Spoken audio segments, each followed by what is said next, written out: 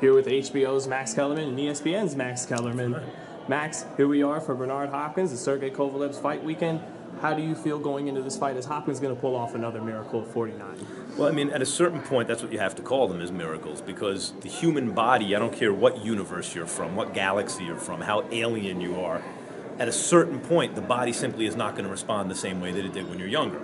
Hopkins is already, you know, Archie Moore and George Foreman, what they did at the age of 45 was like 2 standard deviations more than any fighter had ever done at an older age.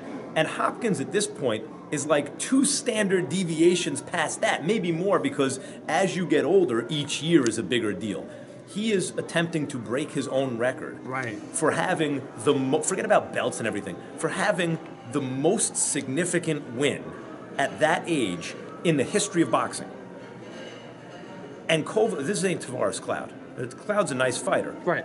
Kovalev is destroying everybody they're putting in front of him.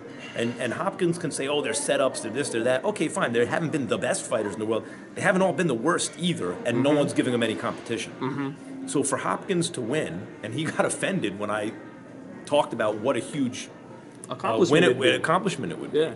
It's not that he needs it to validate his greatness, but you know, when I asked him where would it rank, he told me, you know, it's like asking Michael Jordan which one of his 6 rings he likes the most. Well, okay, Bernard, but if Jordan would have got a 7th ring with the Wizards when he was an old man, he'd be considered even better than he is, right? And this would be, to my mind, given his age and the opposition, the most incredible win of his career if he could pull it off. Is what he's doing more impressive than what George Foreman did also, because Foreman was able to kind of luck out and land a big punch if all else went to hell? That wasn't luck. Foreman luck. moved him in that direction with those hooks to the body and everything. But I know what you mean. Foreman was a pure puncher who could, and also as a heavyweight, could come in with a size advantage, you know, which Hopkins can't do. Right. Yes, it would be one of them. And look, of course conditions have to be right. So Kovalev is such a devastating puncher, he hasn't been past 8 rounds. If Hopkins can take him late, what happens? Kovalev cuts easily. Hopkins has been known to cut fighters with punches and other things. So you know, you see, it's a kind of thing where people will say, well, in retrospect, yes, Kovalev was right for Hopkins and he could win the fight. Yeah, okay, fine. No one's perfect. Everyone has flaws you can take advantage of. Why isn't any other 49, almost, he's closer to 50 than 49, 2 months shy of his 50th birthday. Why couldn't any of the other 20 and 30-somethings do that, let alone 40 and almost 50-somethings? It would be an amazing accomplishment if he did it, and you could see there are reasons to think he can. On the other hand, there are also reasons to think he can't. That if he got knocked down by Pascal, and I know Pascal's more awkward, so it's harder to defend against a punch like the kind Pascal throws versus the more traditional punches that Kovalev throws for a schooled boxer like Hopkins. But still, Pascal knocked him down, and it wasn't a balance shot. It was a, oh my God, Hopkins just lost control of his legs shot. Yeah. And Kovalev hits better than Pascal, and he's a better fighter than Pascal. So you got to tip your cap to Hopkins. Whatever he thinks he sees, whatever vulnerabilities, he has to know that he's also taking a real risk. Would it be fair to say that Hopkins has never lost to a guy with Kovalev's strengths, though, the power and the aggressiveness? Right. No, on paper, Kovalev has the kind of style, Trinidad, Pavlik, a devastating knockout artist who's very basic, fundamentally sound in certain ways, but in other ways just very basic. And so Hopkins figures out the formula, rinse and repeat. This guy can adapt, Hopkins can. Again, he fought Trinidad when he was, you know, 2001. So he was in his late 30s. 36. Mid-late 30s, and that was an amazing accomplishment then. Pavlik in his early 40s. Cloud is not on that level. And Shumanov, these guys, it's not the same thing. The other Pavlik and Trinidad were much better fighters.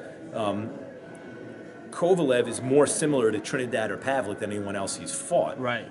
But Hopkins is much older, and also when you are, how old was he when he fought Pavlik? 43. 43, right. I'll say 42. 43 years old. The difference between 43 and 44, that year, is not the same thing as 25 to 26. Right. That you know, it gets harder and harder the older you get. So 49, 6, almost 7 years later, it's not the same thing. Yes. It's now a different beast, even if on paper there are a lot of similarities between the Trinidad Pavlik, of Pavliks of the world, and Kovalev. But it'd be a more impressive accomplishment at his age if he could do it. Bernard even admits not only is he not the fighter he was at 35, he's not in terms of skills, or not skills, speed, talent, athletic gifts. He's not the fighter he was when he was 45. Of course. So my last question for you, Max, finish it up, is just moving on a couple weeks ahead in the future with Algieri and Pacquiao. Is Algieri being undersold? I talked to all the experts like yourself, and no one's giving him a chance. Well, if you look throughout the history of boxing, yes, and anyone who's interested in boxing history, it kind of begins in people's imaginations with James J. Corbett upsetting John L. Sullivan for the heavyweight title. Now you're going from the Marquis of Queensberry to from the London prize ring rules to the Marquis of Queensberry rules. Gloves not bare-fisted. It changed then. And what else changed in terms of the narrative of boxing history? John L. Sullivan more the brute force guy, and Corbett more the scientist. And so there's this sense, I think, with people that happens. Like these older dominant champions, they age and they can be upset by these scientist-type fighters. Yes. There are almost no examples of it in the history of boxing. I had that sense until I started thinking about this fight too, and then I said, well, okay, but Braddock Bear, I guess, Clay Liston, there are a couple of examples, but Ali could knock guys out. Algieri didn't knock guys out. Yes. Bear wasn't really a great dominant fighter. He was just a big, strong guy who came around at the right time.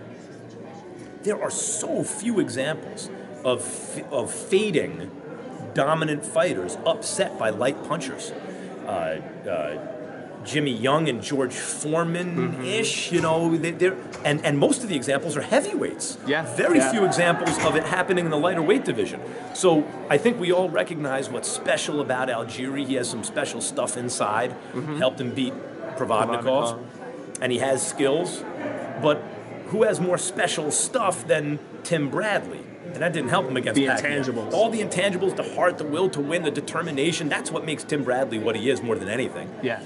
And in the end, Pacquiao routed him. I thought in both fights, but in the rematch, certainly. Yes. So if that stuff inside Bradley doesn't help him, and Bradley's not a big puncher, but better one than Algieri, he's physically stronger than Algieri, what's Algieri going to do?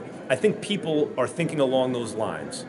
On the other hand, if you see Algieri come out early in that fight, first round, and land that long, stiff jab, and do what he did to Provodnikov in the sense that he knocked Provodnikov's head back. Jab has enough snap to knock the head back. What that does is, even if you're not a big puncher, so you think, well, what's to stop the other guy from just giving him the bum's rush and knocking him out? Right. When your head snaps back, you're automatically, to get back on balance, you have no choice. Your back foot goes back to get back on balance. It's involuntary. You're not going to get knocked down from a jab. And when that space is created, Algieri moves. And if you see him do that in the first round, snap Pacquiao's head with a jab and get out, he has a chance. So you're not like the majority of experts. You do actually give Algieri a shot. Not a great one. Okay. But that's what I'm looking for early in the fight. If I see that jab land on Pacquiao's head goes back, he takes that back step to get back on balance, and Algieri's out of there, then I think Algieri has a chance. I think you're going to know from the first round. Max, thank you so much for your time. Appreciate it. As always, amazing analyst. Thank you so much. Good talking to you. Good talking to you.